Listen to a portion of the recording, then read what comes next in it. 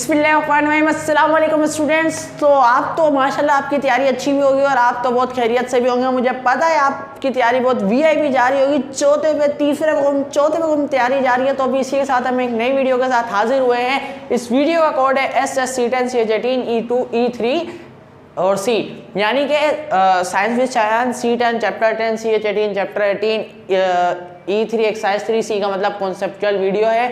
तो यानी कि अगर आपको किसी भी चैप्टर के कोई भी एक्सरसाइज का सोल्यूशन चाहिए हो, कोई भी क्वेश्चन का, तो बस आप इसके अंदर नंबर्स बदल के सर्च करें तो इंशाल्लाह आपको पहला रिजल्ट हमारी वीडियो का मिल जाएगा। आप आराम से देख सकते हैं, इतना लंबा चौड़ा देखने की ज़रूरत नहीं है। स्टूडेंट्स, आज जो हमने पढ़ना है वो क्या समझना है, हमने समझना है सबसे पहले आज first proportional, second proportional, third proportional और फोर्थ प्रोपोर्शनल क्या होते हैं। कुछ भी नहीं होते मगर बहुत कुछ होते हैं। देखें, समझते हैं। देखिए, हम जानते हैं प्रोपोर्शनल क्या होते हैं। जब दो रेशो इक्वल हो तो उसको हम क्या कहते हैं, प्रोपोर्शनल कहते हैं। यानी कि ये क्या है, हमारे पास प्रोपोर्शनल है। अच्छा जी, अगर दो रेशो इक्वल हो तो उसको ऐसे भी लिख सकते हैं, ये भी हम जानते हैं, ये भी प्रोपोर्शनल है।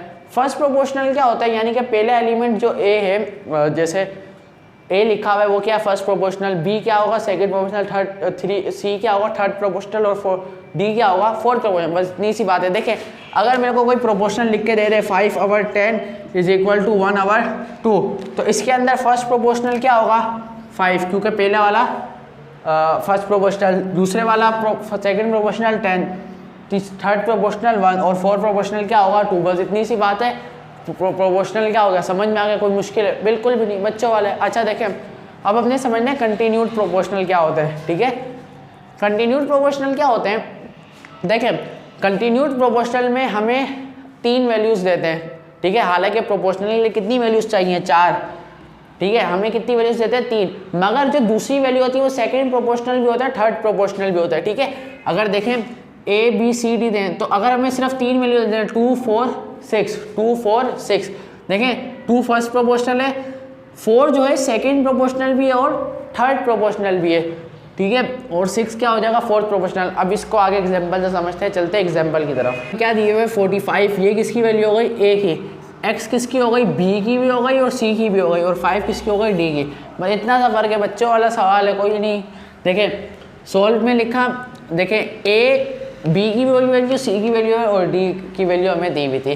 ठीक है, तो इसको मैं ऐसे भी लिख सकता हूँ। ठीक है, A की वैल्यू, B की वैल्यू, C की वैल्यू, B और C की वैल्यू सेम और D की वैल्यू।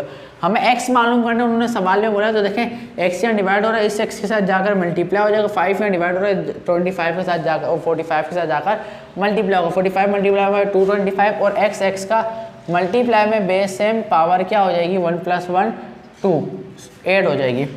x मालूम करना, उन्होंने एक्स स्क्वायर कहीं मालूम करने का नहीं किया, तो x को हटाने के लिए उसका दुश्मन लाएंगे, यानी कि under root, taking root on both side. इधर भी रूट इधर भी रूट, स्क्वायर से क्या हो गया, रूट कैंसिल हो गया, तो अंडर रूट 225 का आंसर है 15। तो x क्या हो गया 15। इस बचते हैं मीन प्रोपोर्शनल। मीन प्रोपोर्शनल निकालना बिल्कुल सिंपल है। मीन प्रोपोर्शनल भी कोई बड़ी बात नहीं है। मीन प्रोपोर्शनल में हमें दो वैल्यूज़ देते हैं। ठीक है, कितनी वैल्यूज़ देते हैं, 2। देखिए, 2 वैल्यूज़ देती तो उसका फार्मूला क्या, B² = AC। यानी कि जो 2 वैल्यूज़ ली है उसको मल्टीप्लाई करो, इस फार्मूले पुट, यानी कि इस फार्मूले में रख दो ना। एक A होगी, एक वैल्यू क्या होगी, C होगी।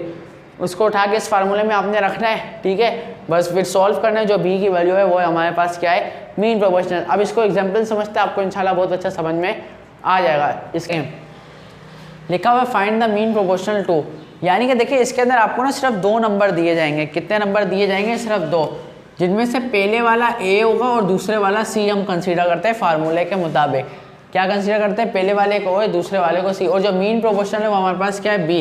तो फार्मूला क्या है, जब भी आपको मीन यानी कि मीन प्रोपोर्शनल मालूम करना हो तो आप क्या करेंगे, √AC, B = √AC, ये फार्मूला है। तो देखिए, B = √A हमारे पास क्या था 8 और C हमारे पास क्या था 18। तो दोनों आपस में मल्टीप्लाई और आंसर आएगा, इन दोनों को मल्टीप्लाई करने पर 144। और जब इनका अंडर रूट लेंगे तो हमारे पास आंसर आएगा 12। तो B हमारे पास यानी कि मीन प्रोपोर्शनल जो था हमारे पास क्या आ गया 12। स्टूडेंट, उम्मीद है आपको समझ में आया होगा।